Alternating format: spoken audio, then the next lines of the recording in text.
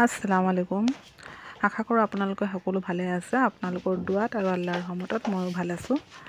আজিৰ ব্লগটো সেই মা ঘৰ মুচি থকাৰ পৰা ষ্টাৰ্ট কৰিছোঁ। ব্লগ মানে কি একেবাৰে সৰু ভিডিঅ' এটা কৰিছোঁ আজি।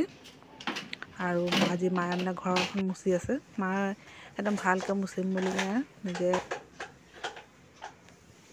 আৰু এতিয়া মই দুপৰীয়া খানাটো মই বনাম, আৰু যিহেতু মা ঘৰ আজি মুচি আছে আৰু মই এইপিনে খানা বনাম।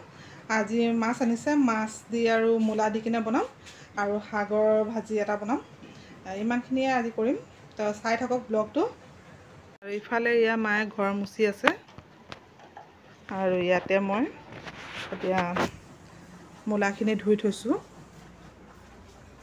মূলাখিনি ধুই তিয়াই থৈছোঁ ইয়াতে।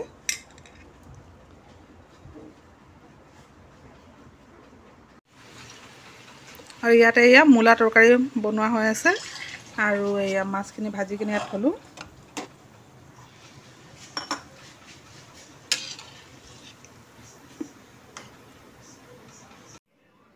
আমাৰ ভাত হৈ গ'ল, এতিয়া আমি ভাত খাবলৈ বহিছোঁ। এয়া ভাত বাঢ়ি দিলোঁ, আৰু ইয়াতে শাক বনালোঁ, আৰু এয়া মূলা আৰু মাছৰ তৰকাৰী। ইয়াত ভোট জলকীয়া এটুকুৰা লৈ লৈছোঁ।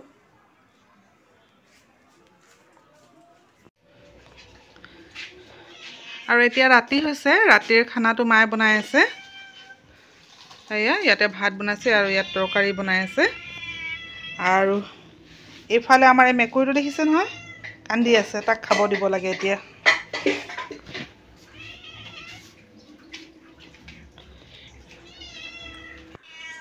আজিৰ ভিডিঅ'টো ইয়াতে শেষ কৰিছোঁ। আৰু আপোনালোকে মোৰ ভিডিঅ'টো চাই ভাল পালে লাইক কৰিব আৰু ছাবস্ক্ৰাইব কৰি দিব। আৰু আপোনালোকে সকলো ভালে থাকিব, সুস্থ থাকিব।